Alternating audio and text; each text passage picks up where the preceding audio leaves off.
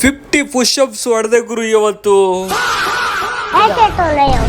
So ಅಲ್ಲಿಂದ ಬೆಳಗ್ಗೆ ಬೇಗ ಎದ್ಬಿಟ್ಟು ಬ್ರಷ್ ಮಾಡ್ಬಿಟ್ಟು ಹಾಲು ಕುಡ್ದೆ. ಸೊ ಇವತ್ತು ಜಿಮ್ಮಿಗೇನು ಹೋಗ್ಲಿಲ್ಲ ಗುರು. ಯಾಕಂದ್ರೆ ಯಾಕೋ ಗೊತ್ತಿಲ್ಲ, ಬಾಡಿ ಎಲ್ಲ ಫುಲ್ ಪೇನ್ ಆಗ್ತಾ ಇದೆ. ಸೊ ಆ ಕಾರಣಕ್ಕೆ ಇವತ್ತು ಜಿಮ್ ಹೋಗಕ್ ಆಗ್ಲಿಲ್ಲ ಗುರು. ಆದ್ರೂ ಕೂಡ ಕನ್ಸಿಸ್ಟೆನ್ಸಿ ಆಗಿ ವರ್ಕೌಟ್ ಮಾಡ್ಬೇಕಂತ ಇವತ್ತು ಮನೆಯಲ್ಲೇ ವರ್ಕೌಟ್ ಮಾಡ್ತಾ ಇದ್ದೆ. ಡೇ 30 ಚಾಲೆಂಜಲ್ಲಿ ಇವತ್ತು ಡೇ 11th ಗುರು. ಕನ್ಸಿಸ್ಟೆನ್ಸಿ ಆಗಿ ವರ್ಕೌಟ್ ಮಾಡಲೇಬೇಕಂತ ಚಾಲೆಂಜ್ ಬೇರೆ ಮಾಡ್ತಾ ಇದ್ದೆ. ಡೈಲಿ ವಿಡಿಯೋ ಕೂಡ ಮಾಡ್ತಾ ಇದ್ದೀನಿ, ಅಪ್ಲೋಡ್ ಕೂಡ ಮಾಡ್ತಾ ಇದ್ದೀನಿ ಯೂಟ್ಯೂಬಲ್ಲಿ. ಬಟ್ ಆದರೆ ಜಿಮ್ಮಿಗೆ ಹೋದಾಗಿಂದ ಕನ್ಸಿಸ್ಟೆನ್ಸಿಯಾಗಿ ವರ್ಕೌಟ್ ಮಾಡ್ತಾ ಇದ್ದೀನಿ. ಆದರೆ ಸ್ವಲ್ಪ ಬಾಡಿಯಲ್ಲಿ ಏನೋ ಡಿಫ್ರೆನ್ಸ್ ಕಾಣಿಸ್ತಾ ಇದೆ ಗುರು ನಿಜವಾಗ್ಲೂ.